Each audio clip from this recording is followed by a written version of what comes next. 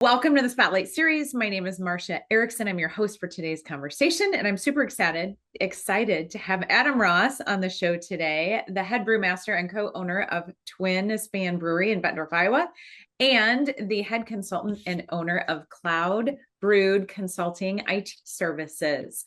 We're going to be talking about Adam's journey, a very interesting journey into business ownership, the challenges he's faced, the wins along the way, and he's going to give us an interesting peek into what it's like to brew beer, own a brewery and a consulting firm, and leave his corporate career and do what he loves. So thanks for being with us here, Adam. I'm excited to have this conversation today. Happy to be here. Awesome. Before we get started, share with the audience a little bit about yourself and the businesses that you're running and how you chose this path. Yeah, that's quite a story. I'll try to keep it short. Uh, it's really two halves of my life and my brain.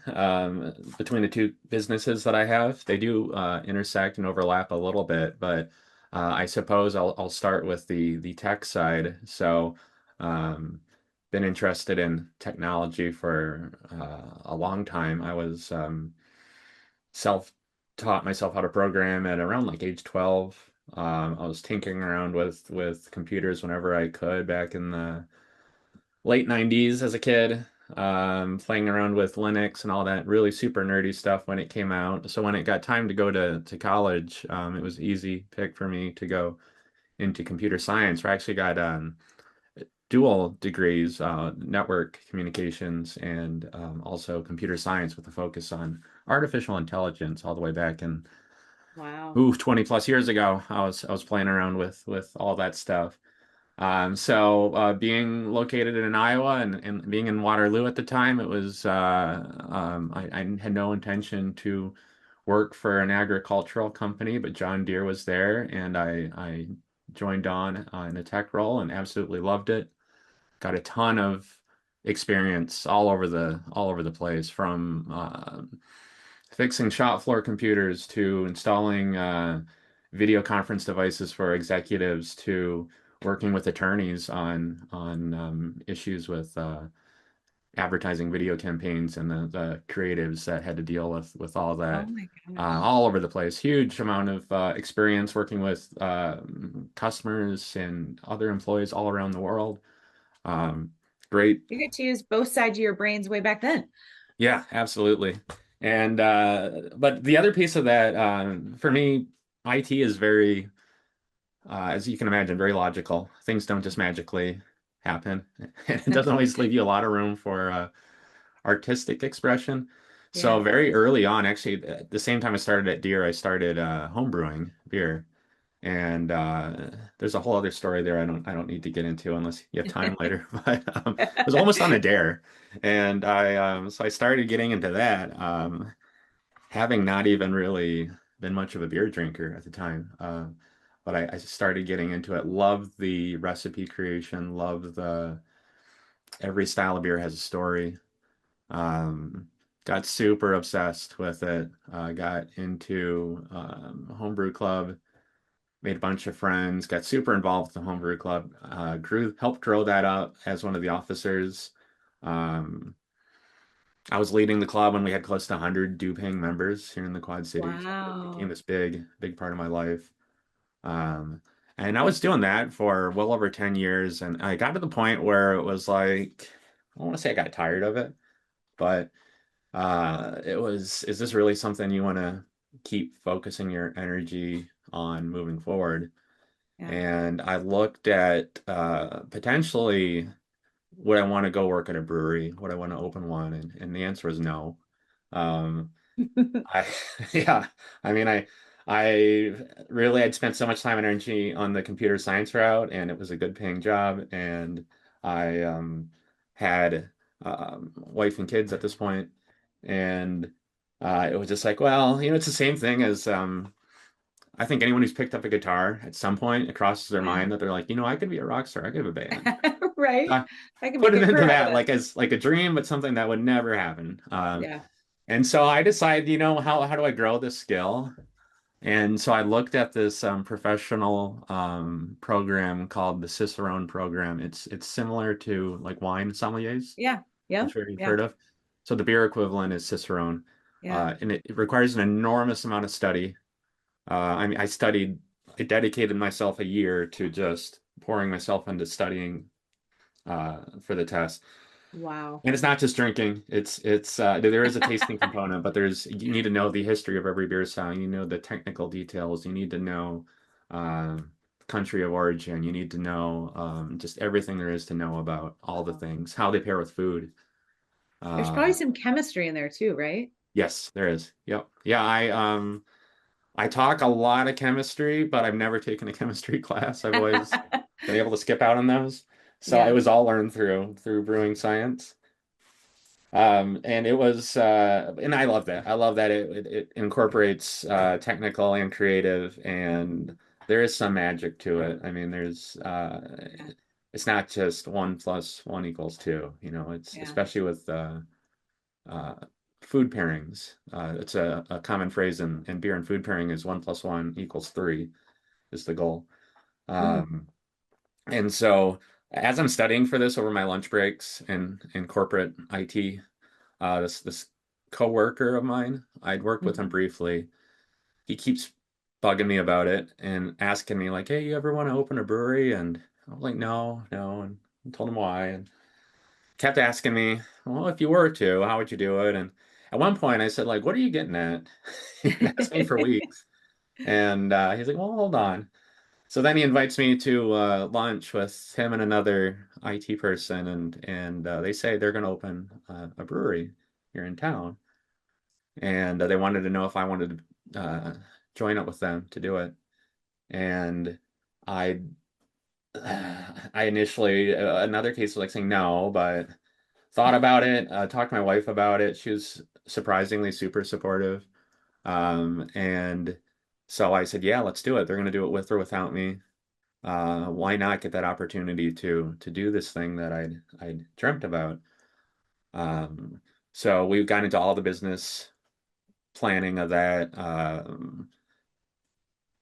Whole totally different space. I was not ready for this. I never took any business classes. I never Yeah. I was always doing IT for the love of computers and getting into beer for the love of the hobby.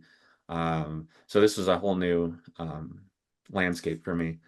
I Um, see that a lot. I see that a lot when people start a business based on the hobby, right? And they're really good at the thing and the craft, and then they have to learn the business yeah, piece. Yeah. thankfully, my business partners were both really they didn't know much about beer, but Uh, they knew how to run a business, how to balance a yeah. budget, how to manage people. So super valuable. A lot of I feel like a lot of breweries and restaurants struggle with that piece and sometimes fail because of that lack Yeah. of experience. On the other hand, the three of us had zero hospitality restaurant experience, so that Oh, was stacked okay. against us as well.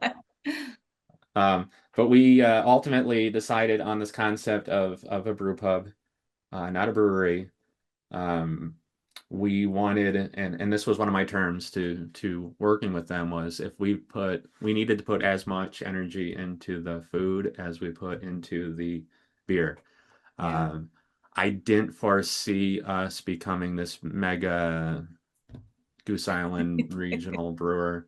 I saw us as being a gastropub, as being hopefully getting the reputation of being like the spot in the area to get really good beer and really good food. Yeah. And so our concept was elevated casual dining, more or Mhm. less. Kind of when you think of gastropub, kind of where your brain goes. We didn't want to be too stuffy. We also didn't want it to just be a case of we have a deep fryer and we stick a few things in there and that's it. Okay. Um, and so, yeah, we opened on our original open date was the exact date the government declared pandemic in Oh, 2020. fantastic. So we pushed back. We waited a few more weeks. I already had beer ready to go in the tank, so it really was a case of Wow. um, we need to open. And Yeah. so we opened in May of 2020 with just three of us working, me and our chef and someone working the counter, and we were selling beer and food out the window for onto our patio. Um, and immediately our business plan we'd worked so long on was thrown out the window because Right. no one accounted for the pandemic that was going to come and change Right. everything. Um, and Great. so Good for you guys for pivoting though. yeah, sure. I mean, it's either what's the other option? I mean, the other Right. option is to give Yeah. up. Yeah. No, that's huge. Yeah, and it's been pivot after pivot after pivot. Yeah. In the I don't have the experience before the pandemic in hospitality space, but everything I've seen and heard is we're in uncharted territory. We're still in uncharted territory, Yeah. 6 years later. Yeah. Wow. So tell me about ownership structure. So it's three of you, equal partners? More or less. Yeah, we do have some Yeah. outside investors, but for the most part, the three of us take up the bulk of the ownership. Okay. You guys are the decision makers. Yes. Awesome. And Awesome. I'm How is also that? so one of the three partners is a much more hands off. The other one and me are kind of the operating owners. His side is really focused on making sure everyone gets paid, on paying the bills, on some people management, and Yeah. then my focus is very much on the alcohol program, on making sure if you've been into our space, what I say Yeah. is my space is behind the bar and behind the windows. Behind the Yeah. windows is you can see into our brew house. Yeah. So it's managing the suppliers, the distributor relationships, making sure quality's there, making sure everything gets made in time, managing bar staff education for alcohol. It goes on and on and on. And of Yeah. course, it's not cut and dry. I've had to be HR before. I've had to help, install a dishwasher. All these things I have no background experience in. Then all of a sudden, it's like, hey, you're the guy. And now you know. Yeah, now you can add that to your resume, I Yeah. guess. Um, wow, so many questions. So, how has it been working with partners? How's that gone? So, like I said, none of them had restaurant experience, myself included. So we've all been learning a great deal. And I didn't really know them very well before going into business with them, Yeah. which is good and bad. It's good in that, well, I'll start with bad. It's bad in that, I have to learn their personalities and have to learn mine and how we work together as we're Yeah. going. The good was that that's also a good thing. We don't Yeah. have worries about offending the other ones. We don't Yeah. have worries about um, oh no, now they're not going to like me anymore. It's been very professional, and it's been we all know how to work together also because we've all spent so much time at Deer. I was there for almost 20 years, Wow. and so we've brought a lot of those practices, like our meetings, still to this day.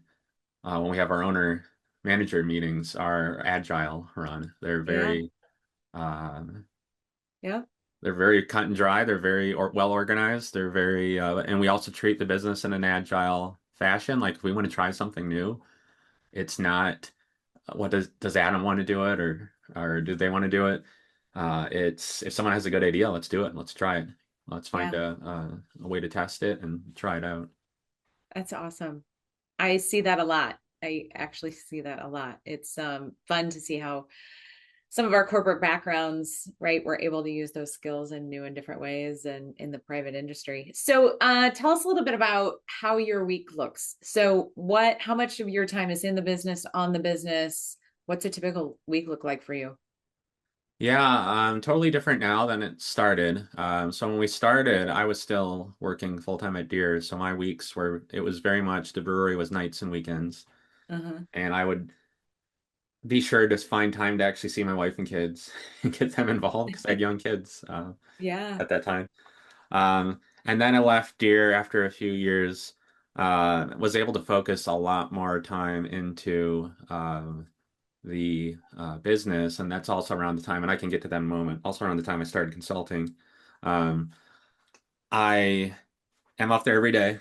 at the brewery. I was just on a vacation and I'm still fielding calls and texts from staff. Um, I'm not complaining about that. Yeah. They would all respect my decision if I said, "Hey, you're not going to hear from me for a couple of weeks." Yeah. And I also don't want to micromanage, but um, like there's a text waiting for me right now. If they keep buzzing me, I would look, but I mean, there's always something. So it's always part. There's no work-life balance other than everything is in balance because work is life, and this is a passion Mhm. project, and so it's um, always on. But to Yeah. answer your question, I try to brew at least once a week, maybe Uh-huh. twice a week if and during the busy seasons, and that is a all day thing. That's an 8 hour day, give or Yeah, I take. was just going to ask how long that takes you. I on a good day, like 6 hours, and I love those Okay. days. On a bad day, there's been 14 plus hour days where things just don't Okay. go right, something breaks.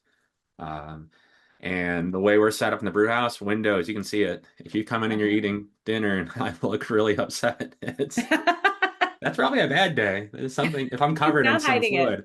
fluid, that's probably a bad day. So, um, but yeah, it's still I can be covered in grain and sweating profusely and look like I got hit by a truck and I'm still having a great time. I mean, Yeah. it's that balance to sitting at a desk and working on a laptop. How It's many people are back there helping you? a lot of times no one, um, Okay.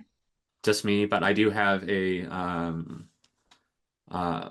brewer slash bartender slash sales guy slash everything who will work with me a lot and back. Um, he's one of our three salaried full-time employees. Um, and he's great. He's awesome. He's been with us since almost the start. I have him recently. He's shown a lot of interest in making these really flavorful gluten-free alcoholic drinks. Ooh, I'm And excited by that.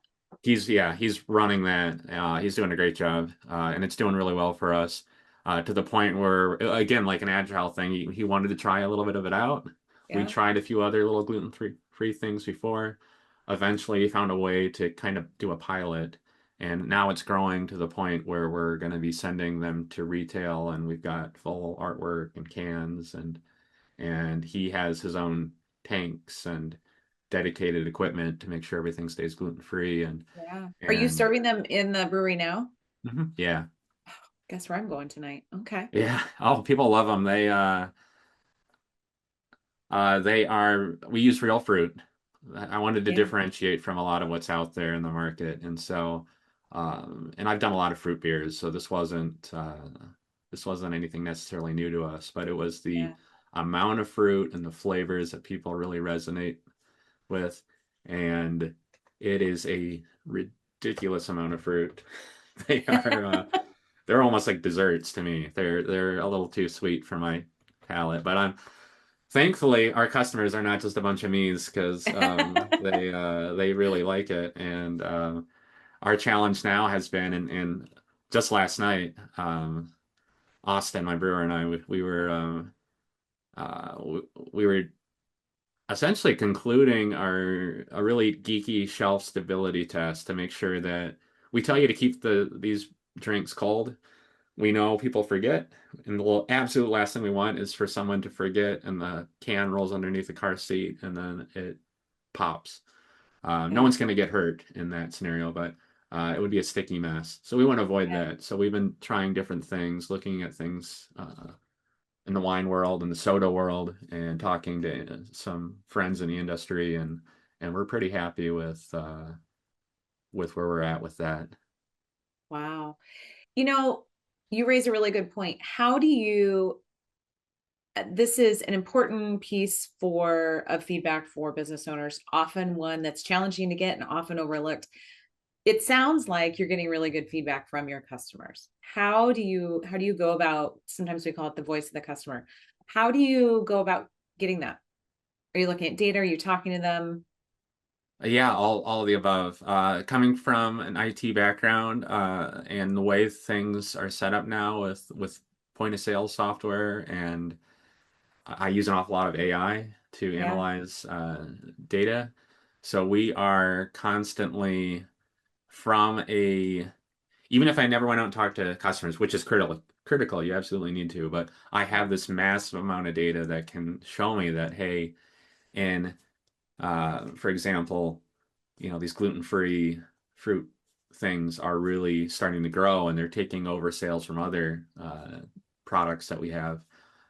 Things like November 1st, your Oktoberfest sales plummet, even though the beer is still fantastic. I'm looking at all that data and I'm making decisions. I've got to the point where, and it impresses some of my staff and partners, I can usually tell when a product is going to run out within a couple days. And I've had enough cases where I Wow. had the day right, correct on it. Wow. Um, that took a while because, again, first few years of the pandemic, uh, it absolutely was not normal. We didn't have any data to work on from that.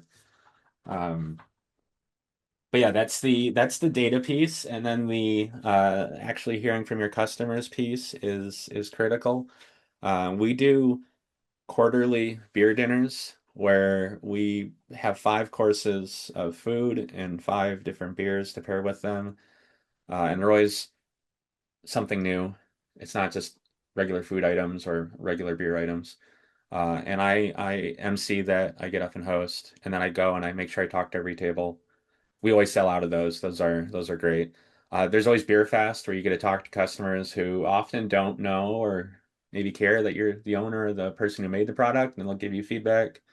Ah, There's, of course, online reviews, which I generally take with a pinch of salt. yeah. But there's also, uh, I have a good friend of mine who I helped with some of the beta testing. He's working in the space of getting more detailed feedback on food and bev through a cloud platform that relies on some AI pieces. So Yeah. there's a lot of growth even happening locally in that space. That's awesome. I want to, you're taking me two different directions. So one, I want to go to marketing here shortly, but since we're in the nerd space right now in data, let's talk about how you spend your time otherwise when you're not in the brewery. You also have a consulting business. So tell us a little bit about that.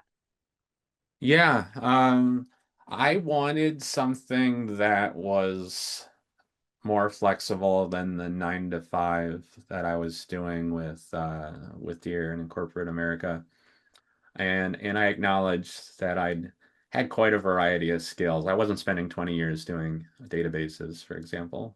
Not that there's anything wrong with that, but that's just not me. Yeah. And so I kind of hung up my sign saying, "Hey, I'm an independent consultant. I've got all this enterprise experience from a huge international company, and I started um, targeting and promoting and talking to smaller businesses about how I can help them. And I've had a few clients that I'm very involved with, actively spending quite a bit of time with them. Um, and they're both very different. One is I'm doing more project management work. I'm using those enterprise agile skills and modernization with this organization. Um, right now they're working on an AI policy document, and I'm in the room as, hey, here's the real talk. Here's what you need to be aware of, what you need to be afraid of, and how this can help you. Um, I spent the last, I spent half of my time at Deere being the tech guy to a room full of marketing folks, or well, a company full of marketing folks. I was often the guy in the room that was the tech, the nerdy guy that would help them accomplish what they're going after. So I found some success with clients in that space as well. And so I kind Yeah. of bill myself that way with at Cloud Brewed Consulting is one, I can provide. I think I do a very good job of explaining and getting people on board with some of these big regulatory concepts that Mhm. scare or bore people. I mean, I used to be the SOX guy for at Deere for a while, and governance, data governance was always a really big piece. Like I said, I was working with attorneys Yeah. on lawsuits involving media assets. So I can do that in that space. And then I can also help automate and problem solve because I mean, that's why what I like about IT is it's just problem solving. Yeah. So great segue into marketing. You really have gelled all of your skills and experience into a couple really cool careers. So everyone wants to know about marketing. So on the Twin Span side, what's working? What's gone really well for you guys? What are some things you tried and they bombed? Yeah. We're on our seventh year. So something's working. Yeah. Because a lot of restaurants don't make it that far, and we're Yeah. very much a restaurant with a brewery attached to it.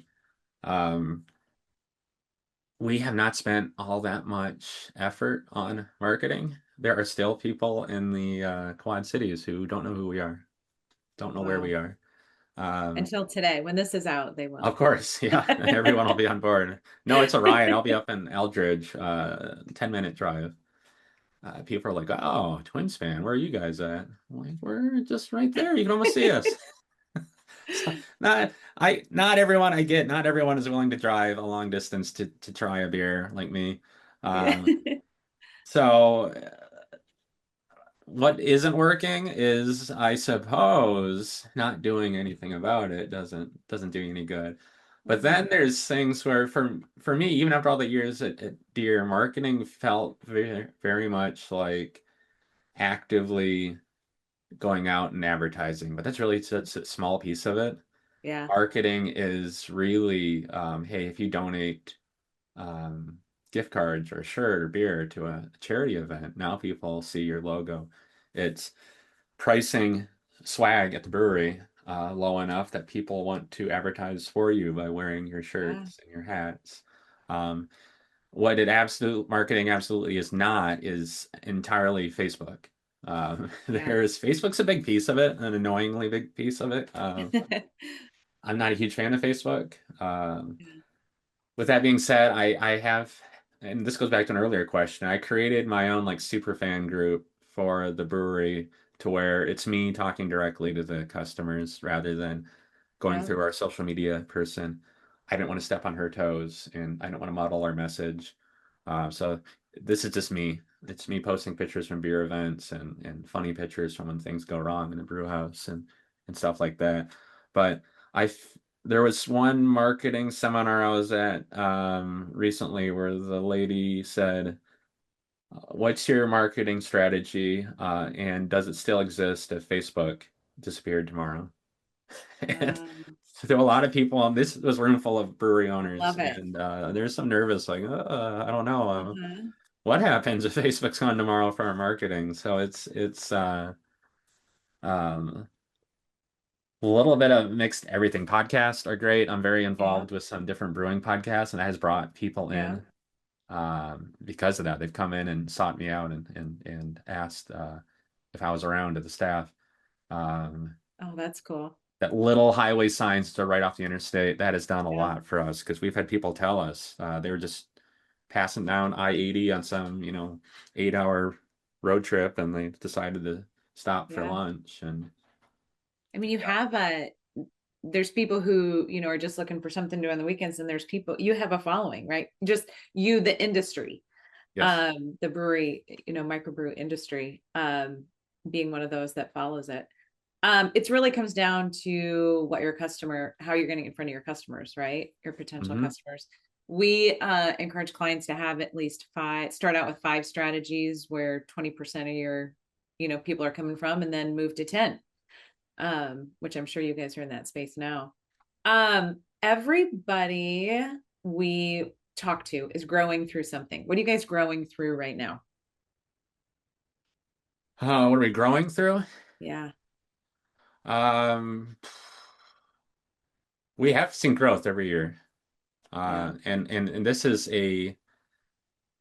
I think the politically correct way would say we're in a market with a lot of headwinds right now. The more casual way to put it is a lot fewer people are drinking than they did in the past. Yeah. And also, we're in a recession. I don't know if it's Mhm. ever been officially declared, but I've been able to, even since we opened, I've been able to look at our data and say like, oh. this is why fewer people are coming in. Yeah. Um, I mean, maybe it's quality of product or something. I don't think it is. I think we've only gotten better in all our products. Um, but uh, it's finding ways, like you said, pivot and adapt. It's constantly either. I've never had a period where I felt like we could just sit down and things would just work. It's constantly hustling. I don't know Yeah. if that answers your question, but yeah, we're Yeah. growing through adaptation, I guess. Yeah. In the industry. Um, I think this was a great place to talk about the uniqueness in your industry and the collaboration that happens within breweries. So tell us about that. That's a really neat. Yeah, and I think here in the Quad Cities we're actually a little unique. I've heard that other places aren't necessarily to the level that we are, but there's give or take 10 breweries in the Quad Cities area. Almost all of them are owned by the head brewer. And we all know each other. Yeah. We get together regularly. Um, a lot of us knew each other through when we were homebrewers 10, 15 plus years ago, and Wow. then we all went out and eventually opened our own places. So we get together. We have a standing weekly meeting that rare for all of us to be there at the same time, but it's there, and we all talk about what's working, what hasn't worked. Here's a new recipe we're working on. There's very few secrets. Um, and that can surprise some people because brewing does seem like this manufacturing process industry, and it Mm-hmm. is. Like a secret Um, recipe. but it's also there's that magic. There's that it's why famous chefs print recipes and cookbooks. They're not lying. They know that your um, version is going to taste different than their version, better Yeah. or worse. So why pretend that there's secrets? You know, rising tide raises all ships. So Yeah. let's work together and make the industry better. And it doesn't hurt with alcohol that you're ultimately when you're doing this, you're hanging out with friends drinking a beer. So Creativity abounds. I yes, love that. I love that about your industry. And yet you each create your own uniqueness, right? yeah. So what do you think separates Twin Span apart? What makes you guys unique? I will answer that, but and ahead of that, speaking of uniqueness and collaboration, we're in the middle of a huge undertaking. All the breweries, nine of us, agreed to brew the same beer this summer called Brewed Together. We all call them Brewed Together, and it's an IPA. And then we each said we can use our own hops and yeast. So minor differences to the recipes, but ultimately it's the same beer. And then we released them. We all agreed on a schedule and we released them 2 weeks apart. So I think Front Street had theirs last week. Oh no, Green Tree is this Friday. Front Street was before that. We were in June. And so every time, and it's always on a Friday, every other Friday, something comes Okay. out. And so you can ultimately try each brewery's brewed together recipe and it will answer that question, more or Wow. less. But what I think makes us really unique is the I hope we have the reputation I think we do as the brewery who's willing to brew and try anything and do things in an eclectic way. A lot of that leans into my Cicerone background and the focus it had on history and beer and food pairing and how I'm Oh. a history nerd as well as IT and beer nerd. Um, Love it. I have for example, I have a beer on right now, American Vice, which is an extinct beer style that I rediscovered through reading local newspapers, local to the Quad Cities from 1890s, and went down this research rabbit hole and found some actual printed books and that this is a real thing, that there was this style of beer that died off. And so I ended up going and talking to English historians within the ag space. Started talking to maltsters here in the US. Just did a bunch of research, and what I have on tap is what I truly believe they were drinking around here 130 years ago. Oh Uh, my gosh. it's that kind of stuff where, yeah, we also have a hazy IPA and we have fruited things and the gluten-free things, but um, and those, to be fully transparent, those don't usually sell the best, but it's my business and I want to have that there. I want that to be a facet of our Something for business. What makes everybody. us Yeah. unique is that we're willing to try these uh, very strange, maybe not strange is the right word, very unique, different, Intentional, thought out. intentional. Yeah, and Yeah. last winter we every winter we do a sati, which is Norwegian beer, and this year I've worked with the Jacked Up Cider owner out of Cascade, Iowa, and found out he was a historian of beer as well. And Uh-huh. we ended up making this traditional Norwegian beer in a wooden barrel on hay and pine needles and um, totally Oh my raw. Didn't, they couldn't boil their beer back then, so we didn't boil anything. We even brought in customers to do and I forget the name of it, but there's a Norwegian word for where you have to scream at the top of your lungs at the beer to scare away any evil spirits so that the beer turns out good. oh my And gosh. I ended up on another podcast talking to the guy who literally wrote the book on sake about our process, and he was like, "Yeah, you did it as authentically as you possibly could." And Wow. so, even at the end of the day, I know I'm not going to get wealthy in the brewery, but the experiences and the fun I get to have and the experiences I get to share with customers makes absolutely worth it. I'm going to keep doing it as long as I can. Yeah.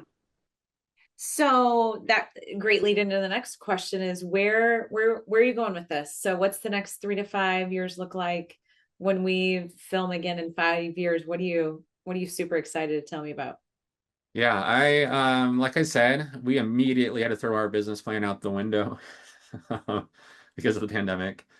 Yeah. So, and I am constantly floored that we're on year 7. It just doesn't feel like it. Uh, so what I'm looking to do is what I want to do is continue to. So much of our staff have been with us since for years. Many of them have been with us since the beginning. And I know it's not because they're just making hand over fist money. Because sorry, you can't in this space. Um, Business but lesson number 10. yes, so we're doing something right. Yeah. So I want to continue doing that. I want to continue being the place where my staff are able to pay their bills and live a good life, but they choose to work there. Um, I don't want anyone to continue working there just because they have no other option. I want it to be like, hey, I know I could go and get this job. Uh, we've had a few staff that do that. They graduate college. We actually have 3 right now. They're in master's programs for human psychology, I and love one it. of them just started working at a practice, and she's still coming in on some nights and weekends because she loves being there. She loves Yeah. talking to people and what we're doing. So I hope that continues. I'd say 3 to 5 years. Hopefully everyone in the Quad Cities knows who we are. I Mhm. have no plans to take over the world. It would be great, and we've mentioned it briefly to have like a small satellite location somewhere just to make it easier for people to get to us or to try a Yeah. product rather. I have my own private list of things I want to do as a brewery owner in my head, and we haven't marked those all off yet. Okay. So hopefully mark those off. Uh, Yeah.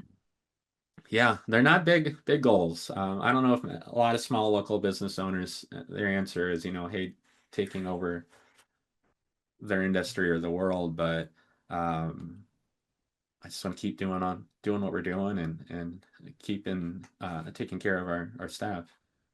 Yeah. I love it. Yeah. Shall we move into some rapid fire questions? I'm ready. Are you ready? Okay. What uh what's a piece of advice you have for other business owners? remove your ego. I have seen a lot of places where, and heard from a lot of people who they like what they're doing, but they're sometimes at odds with the management or ownership because of silly ego things. Like we don't do that here because this person doesn't like it.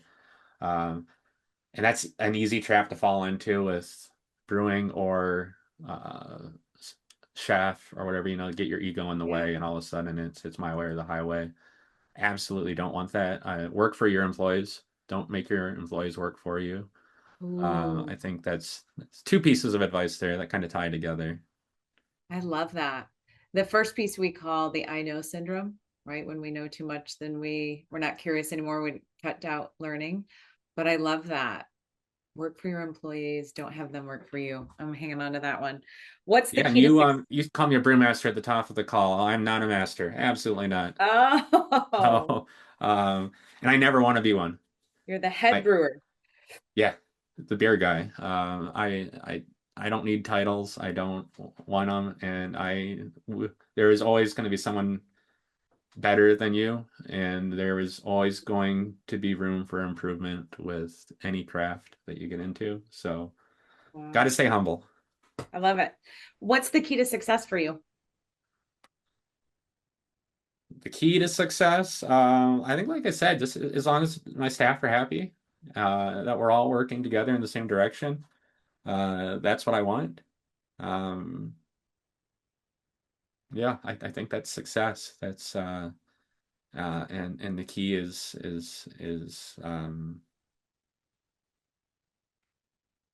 I don't know to how I would answer that if I was still working for a mega company with a lot of layers of management. But as a business owner, I think the key to success has to be working with your employees and being on the same page. Wow, super powerful.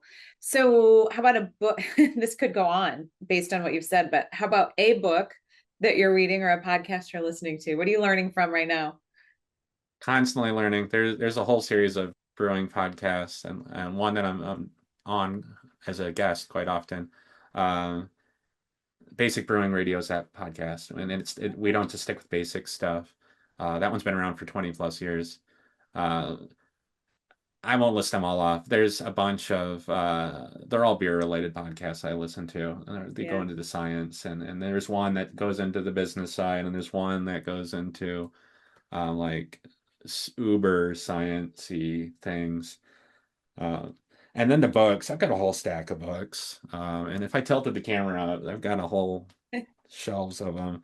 So at any given point, I'm in the middle of like 8 books. But the one that I took on vacation with me recently and I am super into is called Your Tasting Brain. And it is Randy Mosher's the author. He's been in the beer industry for quite a while. He's a brewery owner as well. Um, Mhm. he sat down and spent the last, I think he's 7 years. He's not a scientist. He spent the last like 7 years reading scientific papers about taste and then condensed it into this book. Like you're sitting across the table from a guy who wants you to understand how taste and smell works, and it is so good. It is absolutely not for everyone, but it is. I've learned so much from it already, and I'm only about a third of the way through it. Wow. Very cool. Do you share that with your staff? Do you ever do book clubs or anything with your team? I have in the past. It's one thing and I think I'll answer maybe one of the other questions with this. If I could do one thing, if I can magically get more time in the day to sit with the staff and talk about these things, that's what I Hmm. would do. And Yeah. and I have brought in books before. Actually, another one of Randy Mosher's, interestingly enough. I bought Yeah. copies for staff and handed them out because I just thought I was like, this is so crucial to what we do every day. I don't know if they read them. We never like got back together and sat down and talked about it. But I walked in with a stack of books one day and was just like, you get one, you get one.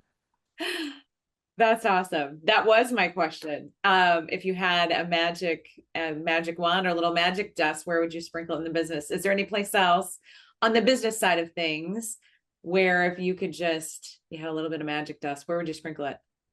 Um, Out around the streets of the Quad Cities to get more people to come in. Yeah. Um, we, I have so many of my peers who are like, "Oh, you're so lucky where you're located," because we're in an area that's super fast developed, Yeah. out by the sports complex. That wasn't an accident. We did our Yeah. research beforehand, and we knew the space was growing.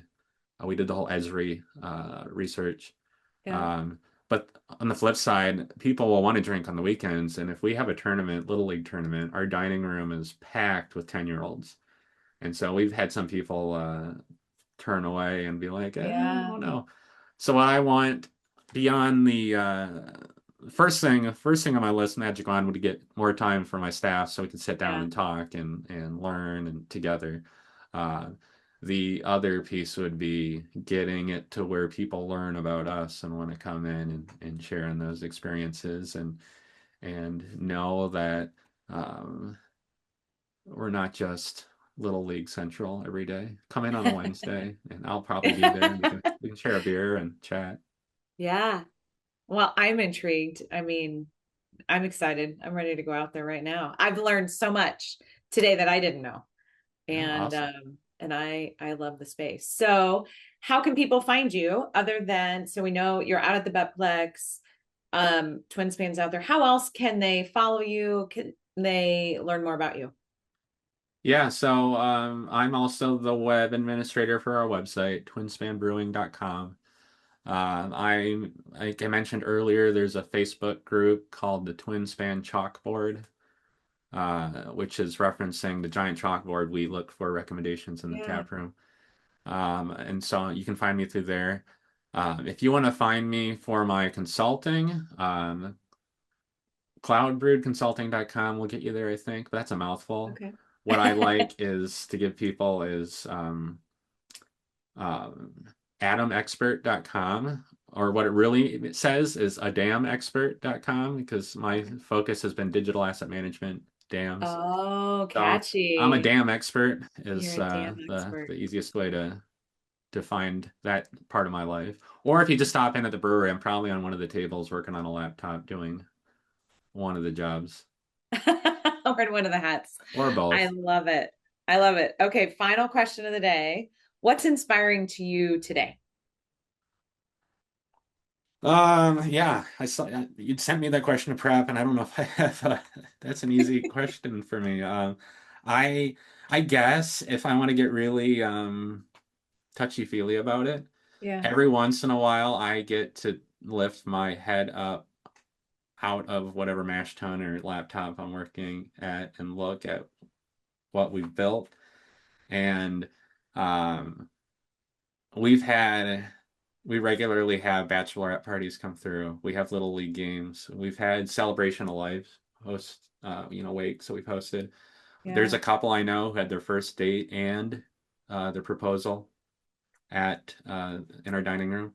Oh my gosh. Um, it's that, which I'm not a touchy-feely guy normally, but every once in a while I have to step back and just feel like, okay, yeah, this is why we keep doing this. Hmm. Um, Beyond that, the less touchy, maybe I should have ended with that, but the less touchy-feely is every time I read a book or go to another brewery or watch a cooking show or something, there's always something that inspires me to like, what if we try this? I've got a Yeah. huge digital notebook filled with ideas of stuff that uh, we need at least 10 more years for me to get through all of that. And I'm sure it'll have grown by then. Oh, I love it. I was just gonna say that. Yeah, you should be very, very proud of what you built. You're gonna be around for a long time, and I have no doubt that you're gonna get all of those little items checked off your list that you want to get put in place. So your passion for what you do just shines through, not just the beer and the craft, but the industry and your team. So this has been a really, really fun conversation. Thanks Awesome. for sharing all of that with us. Yeah, of course. Thanks for having me on. Absolutely. To everyone watching the show, save this one. It's a goodie. Come back and listen to it. Lots of nuggets in there that Adam shared with us. And don't forget to like and subscribe. We are dropping episodes regularly the last couple weeks. So if you want notified when we drop a new episode, make sure you like and subscribe. So thanks to all of you for watching, and a special thank you to you, Adam, for spending time with us today. Of course. Cheers.